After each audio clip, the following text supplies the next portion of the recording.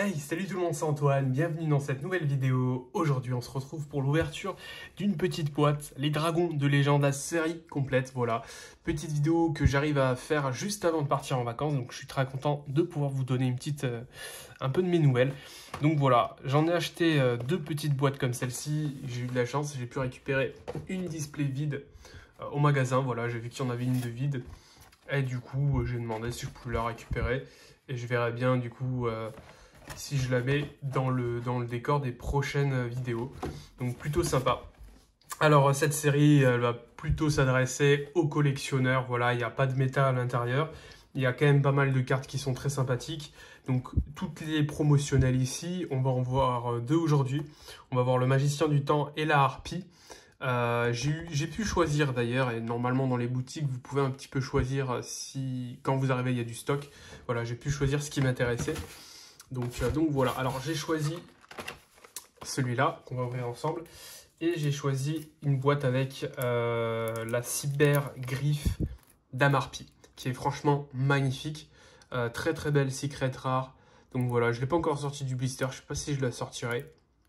Voilà, en parlant de Harpie, j'ai récupéré la Lost Art, la dernière en date, donc la Reine Harpie, qui est un petit peu dénudée, hein, comme vous pouvez le constater. Pour ceux qui connaissent la Harpie, vous verrez tout de suite la différence. Donc voilà, avec la petite référence LART, donc c'est la FR021, je suis content.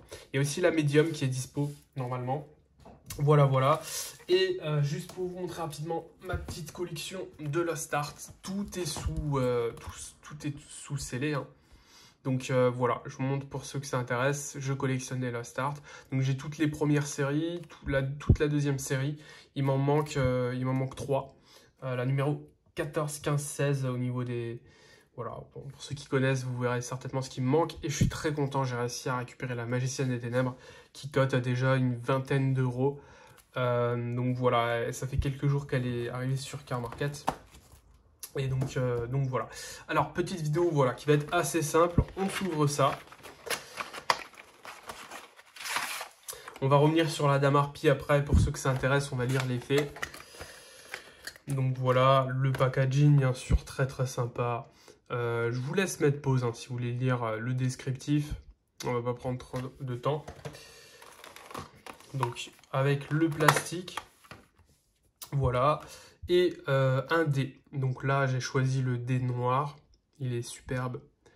Donc voilà, ça fait très plaisir. Franchement, ça c'est tout nouveau que Konami nous fournit un dé. Avant, c'était c'était au YCS. Les dés étaient vachement stylés. Mais là, franchement, moi, j'avais jamais eu de dé officiel Yu-Gi-Oh! Donc voilà, très très content. Alors lui, je sais pas qui c'est. Je crois que c'est Critias. Enfin, je suis pas certain. Et je vais vous montrer l'autre que j'ai récupéré. Voilà, que j'avais pas à portée de main, j'aurais dû le préparer. Donc le voici. Donc celui en vert, on voit, hein, il est transparent. Donc voilà, très très sympa aussi comme des... Et il reste encore l'espèce de rose rouge qui du coup m'intéresse un petit peu moins. Mais si j'arrive à la récupérer, ça peut être cool. Voilà, donc c'est des petits dés qui sont sympas et que vous pourrez récupérer sur Car Market à l'unité aux alentours de 2-3 euros. Hein. C'est pas ce qui cote le plus. À l'intérieur, donc on a deux boosters, 18 cartes. Donc voilà, ils sont ici. On a, comme on commence à avoir l'habitude, les artworks alternatifs de boosters. Et là, on a le Magicien du Temps du lendemain. Donc très très jolie fusion. Magicien, donc qui va nécessiter un Magicien du Temps plus un monstre à effet. Donc c'est purement une carte de collection, voilà, ou pour les joueurs rétro. Une fois par tour, tant que vous contrôlez cette carte invoquée par fusion, vous pouvez jouer à pile ou face. Détruisez autant de monstres sur le terrain que possible, et si vous le faites, infligez des dommages égaux à la moitié de la somme des attaques d'origine des monstres face recto détruits. Si vous avez gagné à pile ou face, votre adversaire reçoit les dommages. Si vous avez perdu, vous recevez les dommages. Et bah oui, c'est du pile ou face, c'est un peu le même style que l'autre Magicien du Temps. Je me demande d'ailleurs si c'est pas l'effet exact qu'il y a dans l'animé d'ailleurs. Dites-le moi.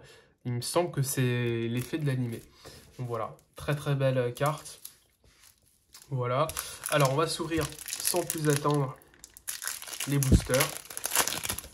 Alors, j'ai pas forcément de recherche spécifique, c'est pour ça que j'ai pas acheté beaucoup de ces produits-là. On les trouve aux alentours de 15 €, c'est pas très très cher, mais comme dit, voilà, ça va pas forcément intéresser tous les joueurs, c'est vraiment de la collection, du rétro, c'est plus pour le kiff. Seigneur du rouge, ok, donc il y a un dragon rituel. Vous pouvez toujours mettre pause hein, si vous voulez lire les effets.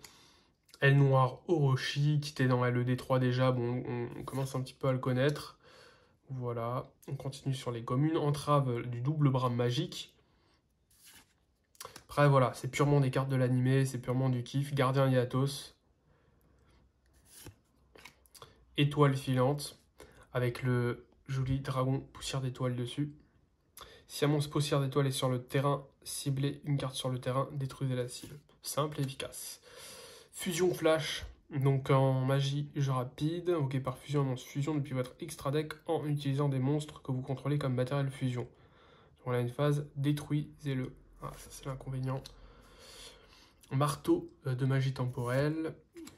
Ah, on commence avec une très très bonne carte. C'est la carte qui était justement sur le booster. Donc en ultra vert. Je sais pas du tout quelle est la couleur, mais il y a toujours une petite couleur qui est préférée, enfin qui cote un petit peu plus sur Card Market.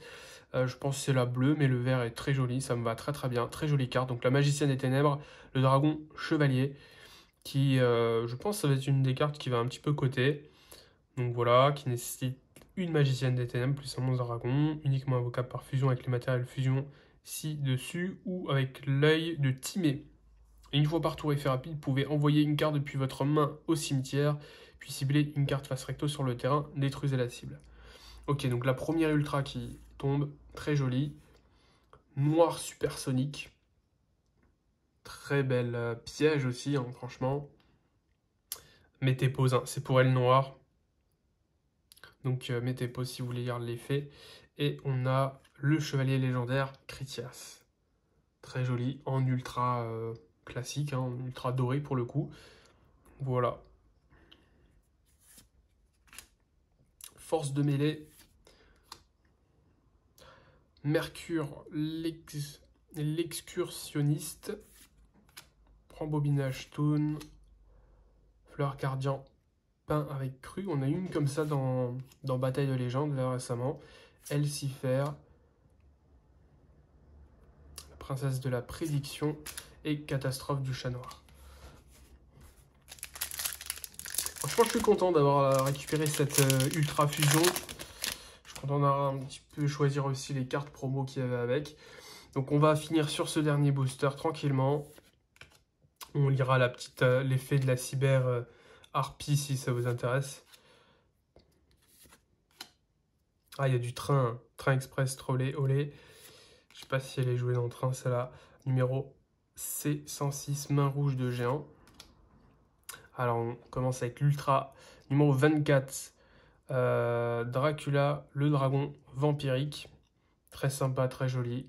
Donc c'est un Wyrm de mon niveau 6. Ah, superbe. Encore la magicienne des ténèbres. Bon, je pense qu'elle tombe souvent, du coup elle doit pas tellement coter. Mais du coup, avec le titre en bleu, comme je vous disais, superbe. Très joli. Et on a chaos rapide, magie rend plus. Ok, donc une magie rapide, cibler un monstre X numéro que vous contrôlez. Invoquer spécialement un monstre numéro, c'est du même numéro dans son nom que la cible, mais avec un rang de plus depuis votre extra deck en l'utilisant comme le matériel X. Ouais, j'ai un petit peu du mal à comprendre la carte, ok, bon, elle est assez sympa. Je pense qu'elle code pas tellement, j'irai voir les codes. Hôtel du rituel, Mars l'embrasé, Cyber Petit Ange, Nova Rouge, Ange Cyber Benten, Fleur Cardiantin, Fleur Cardian Soul avec Calligraphe, et encore un Fleur Cardian. Voilà, c'est tout. C'était une ouverture assez rapide. Alors, on va juste finir là-dessus. N'hésitez pas à mettre un petit like et à vous abonner si ce n'est pas déjà fait. Si vous découvrez la chaîne, voilà, sachez que ça va être une vidéo assez simple, mais voilà, je prévois d'autres vidéos par la suite. Alors, on va lire le petit effet Cybergriffe d'Amarpi. Donc, c'est un synthoniseur de niveau 8, donc qui va nécessiter un synthoniseur plus un monstre non syntonisant, synchro niveau 8. Et donc là, ce qui va être cool, c'est que en fait, on a le dragon de harpie par exemple dans le deck qui est niveau 7. Donc c'est plutôt sympa. Pour l'invocation synchro de cette carte, vous pouvez traiter un monstre harpie que vous contrôlez comme un monstre, comme un synthoniseur. Donc en termes de synthoniseur, il n'y aura aucun problème. Sachant que voilà, de base, je crois pas qu'il y ait de monstre harpie qui soit synthoniseur d'origine. Donc là, en fait, ils seront tous synthoniseurs. Donc franchement, c'est pas compliqué. Le nom de cette carte devient Dame Harpie tant qu'elle est sur le terrain ou dans le cimetière. Donc c'est un effet générique. Lorsqu'une carte magie piège ou un effet de magie piège est activé, sauf durant la de magie step, effet rapide, vous pouvez cibler un monstre contrôlé par votre adversaire ou un monstre harpie que vous contrôlez. Renvoyez-le à la main.